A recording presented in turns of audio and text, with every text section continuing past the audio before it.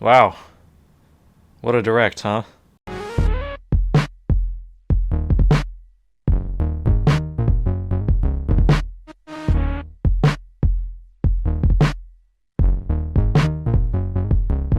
Now, I don't know how many people on my channel actually know if I like Pikmin or not, but yeah, I really like Pikmin. So my reaction to this trailer was a little... Right. Pikmin! Oh, I'm so happy. Pikmin! It's Pikmin! Oh my Hey, god! Pikmin integration. Show me gameplay! It looks flat. Baby Snagrits! Look, it's the baby Snagrits! No crash landing this time? That's actually insane. It's a new captain! Aw. Red Pikmin. No. Woohoo! Oh my god, this looks amazing. Climbing? Breath of the Wild? Treasures. Ice Pikmin? What? Ice skating. Does it freeze the— Oh, it does! Oh, that's so fucking cool! They redid— Brutal. They redid the white Pikmin! Oh, that's so sick. Dogman? Dogman? What the fuck? No, that's not a Pikmin. What the— Four captains! Four captains? And a boat. Oh, this is probably gonna be a much more open world version then. This is like Lego City Undercover right about now. Ochi? Riposo. Disco Alright. Ball Boss? Oh, that's a long legs. Holy shit, there's so many of them got squashed. Oh no! The Queen Bulborb is back, that's so awful. Hey look, are we in a cave? Ew. Caves! Wait, they're caves! Caves are back! A They have to fix them now. Oh, it was a crash landing. actually controlled land. You can play at night? Hard mode? Pick 'em. There's star. Whoa! Oh my, Oh my good lord! If your ears are still working after being blown out from my reaction, then let's get on to the analysis. I'm just gonna go through and talk about things as I see it. I tried to do something more structured, but it flopped so hard, and I don't want to edit, so... Right off the bat, we got something strange. The ship comes out of hyperspace, it looks like, or wormhole, or something or the other, and it heads towards the planet, but it's just capsule, and the capsule can only hold, well, shown later in the trailer, Ochi and one captain. So that's a little bizarre. I don't know what that's about. I don't know if you take trips in between the planet and the home planet or something. I don't know. This bench is classic. Just to set up for later, this bench is an important part of the area, obviously. There are these blue crystals, the first time you see those, and this fairy circle of pink gems, which is actually where the onion and little landing pod go to.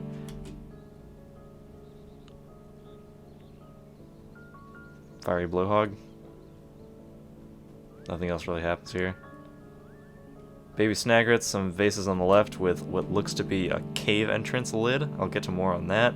A treasure, more pots, and some joust mites.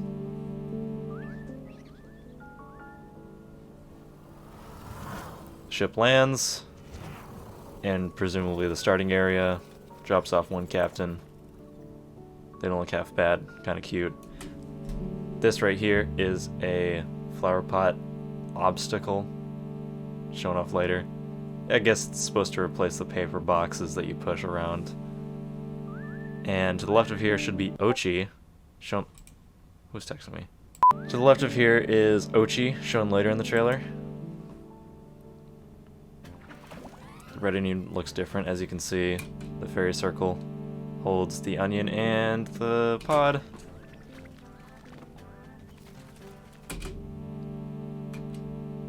This ship in the background has the same coloration design as the little pod, so I'm assuming it might fit on the top or something, somewhere on the ship.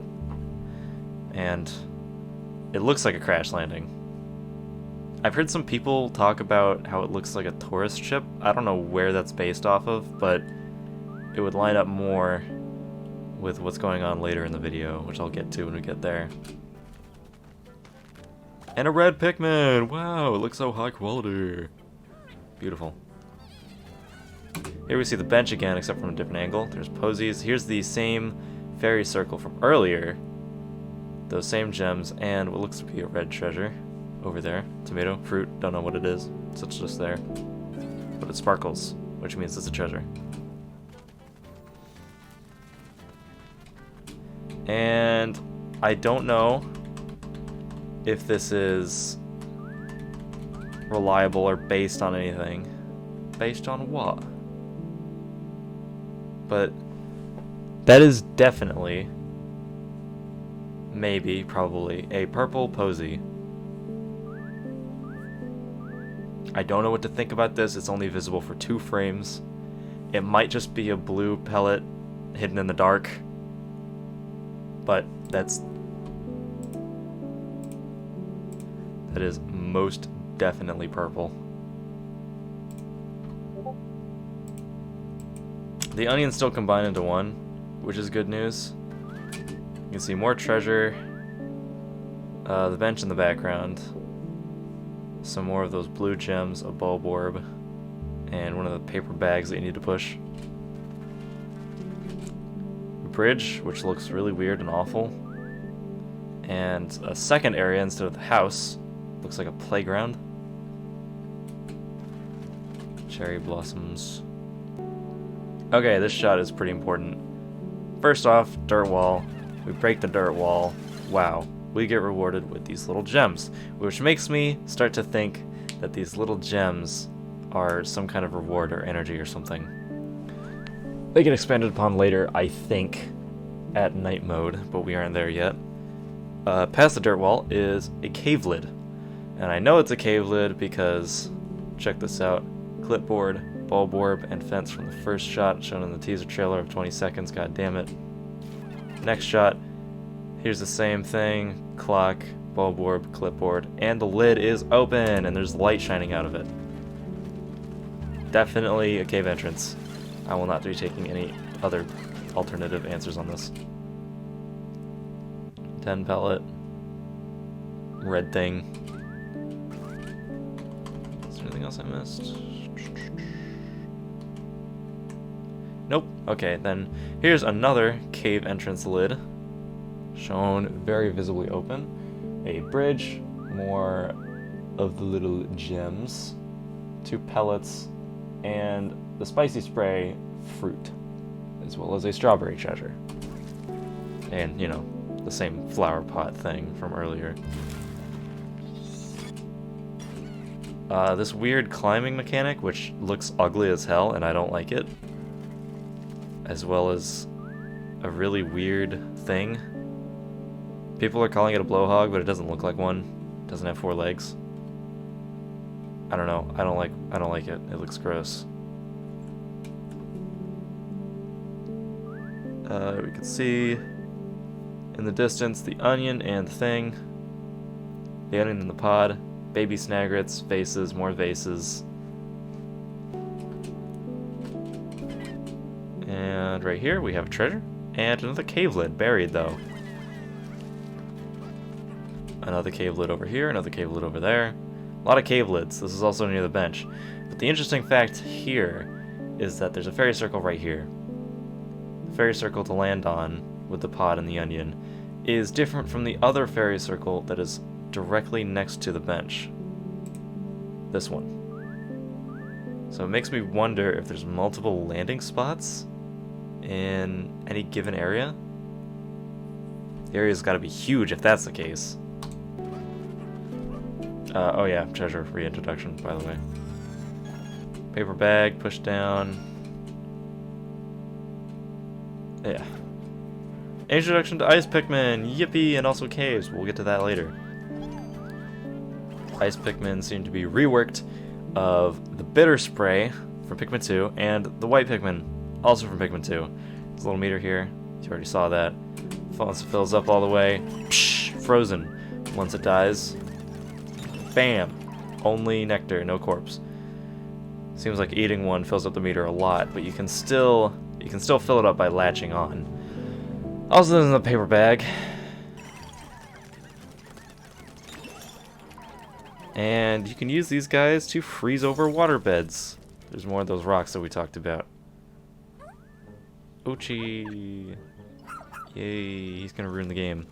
Anyways, the only time we see the charge functionality is in this trailer with him saying, or with him doing it. And in the distance we can see more joust mites, an electric fence, which means, yeah, Pikmin have their immunity back. Yay! I hope that electricity is an instant kill. Also, there's a Wollywog and some kind of red treasure in the ground there. Beyond here, we have what looks to be a buried treasure, paper bag, and maybe another cave lid. You can see a spectral lid, a pumpkin treasure, and Ochi can carry corpses. Hi, Cosmo. Over here.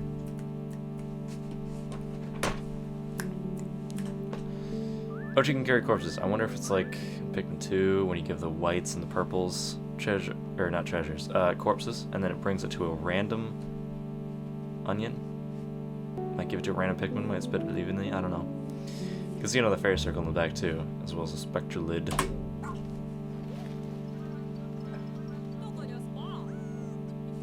Here we get a first look at 4 captains.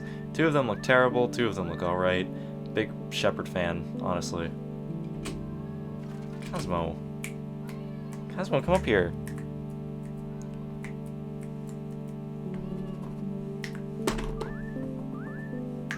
Okay, anyways. Here we can see another functionality of Uchi getting on his back with all the Pikmin and swimming across the water. Hi, Cosmo. Here is... You can also see Wollywogs chilling in the water and a boat treasure. And behind, you can see the boat treasure again. Another fairy circle, I think, maybe? The pellets everywhere, some kind of red protrusion, and a bridge. As well as the Wollywog after it has attacked, because it's jumping around. You can also see a vase here. Caves! Yippity! Caves, I love caves. Y'all love caves too, right? Yeah, caves. Anyways, female sheer grubs, some vases, and apparently some kind of mechanic where Ochi can smell a castaway. We'll talk about castaways more in a second, but it looks like there's elevation in caves. A lot more, at least, since there's a paper bag puzzle. Here's the first look at a castaway. It's at the end of a cave, because these things are shown to pull us out of them after we're done. It's on the final sub-level. And pay attention to how its little antenna makes this little ring of signal. Something. Wow. Castaway. Now, it might be theorized that this is like a captain situation.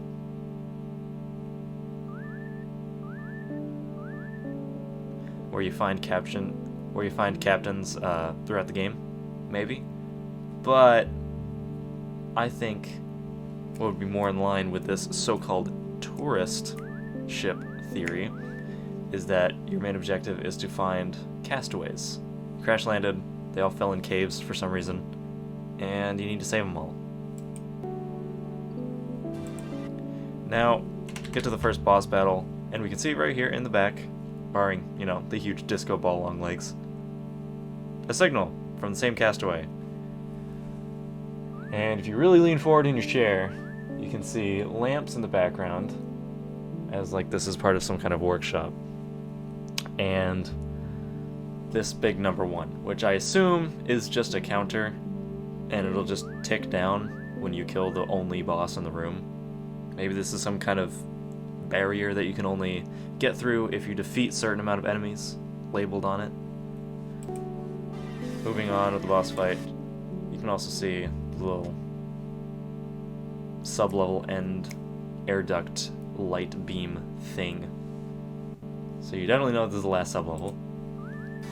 Castaway is a reward, and you need to fight the boss, which is a huge long legs. I can't tell if these are wires or if they're like organic or something. This looks like bone, a little bit. I don't know if this is bioluminescence or if it's actual electricity, but depending on what it is, and obviously the cave theme being like a subterranean complex, which is also the sighting of the man-at legs, we might see some more mechanical, chimera-ish creatures. That'd be cool. Also, you can bring Ochi into combat, which is funky fresh. A lot of people think this might be poison or some kind of hypnotization or something, but it's not. It's just ultra spicy spray. We saw the berries earlier in the footage. They're just trying to actually jump up at the long legs to hit it, which is cute because normally in the other games they just stand under it and act stupid, but they actually try and jump up to get it and show that they can, which is cute. You can also see the pod back here. Stompy, stompy. Queen Bubble returns! Lock-on features are graceful. I don't know how it'll work in this many targets, though. And this is also a very gracing shot, because in Pikmin 2, where this, boss was introduced in the caves, as soon as the little baby Bulborb spawned, they immediately hauled ass towards you, no matter where you were on the stage. But now, just from the fact that they're looking away from you as you enter the room, you don't have to go through hundreds upon thousands of these tiny demon spawn before you get to the boss. Also in the back there's like some sort of ice wall, but I don't know what the deal with that is. Classic Queen Bulborb shenaniganry. One note, she doesn't care to knock Pikmin off before she starts rolling, so it's going to be even more important to pull them off yourself with the whistle. Also, you can throw Pikmin while they're on Ochi's back. And we can see the exiting of the cave, along with the pod. One last thing before we move on to the night mode and stuff. Where's the blowhog? Here we can see Blowhog has just knocked these Pikmin off of its back, or its body, or in general, or whatever. And you can see these little petals here. Now, before Pikmin 3, if an enemy knocked a Pikmin off of it, and if you didn't whistle it off yourself, then it would lose its flower. It had a chance to. It wasn't like guaranteed or anything, but it did have a chance to lose the flower status. So it seems like this game is putting a lot more emphasis on combat being good instead of charge. But I still hope they have that functionality in some way beyond, Uchi. And here we see the supposed end of day sequence. It's not really actually the end of day though. We take off from one of the fairy circles. 3 other captains wave us goodbye while they stay at the ship. And then Uchi and the one captain and the onion decide to go sideways instead of up, which is where you would go if it were end of day. So I'm assuming, this is my best guess, that you can choose to dip out to any area you want at any point. It doesn't need to be end of day. You can just go there, and that's what this is. And that makes a lot more sense in the context of next clip.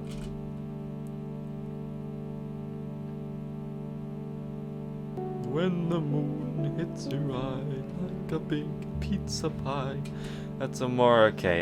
There's some kind of cave lid, den maybe, and also starbit looking things, which I assume are just, the gems, the blue gems from earlier, except more powerful. And also the gimmick of night mode, where enemies get awake and more strong. Now, this makes a lot of sense. I think main gameplay loop is going to be this. You never leave the planet when it's the end of the day. When it starts to become night, you have 2 options. You can either stay out and deal with Demon Bulborb himself, Or you can duck inside of a cave and wait out the night there. Kills 2 issues with 1 stone. It lets you explore at night, grants greater incentive if you manage to have the combat capabilities to take out all these enemies. And it also removes the problem of the timer completely halting inside of a cave, which was a thing that they did in Pikmin 2 for some reason.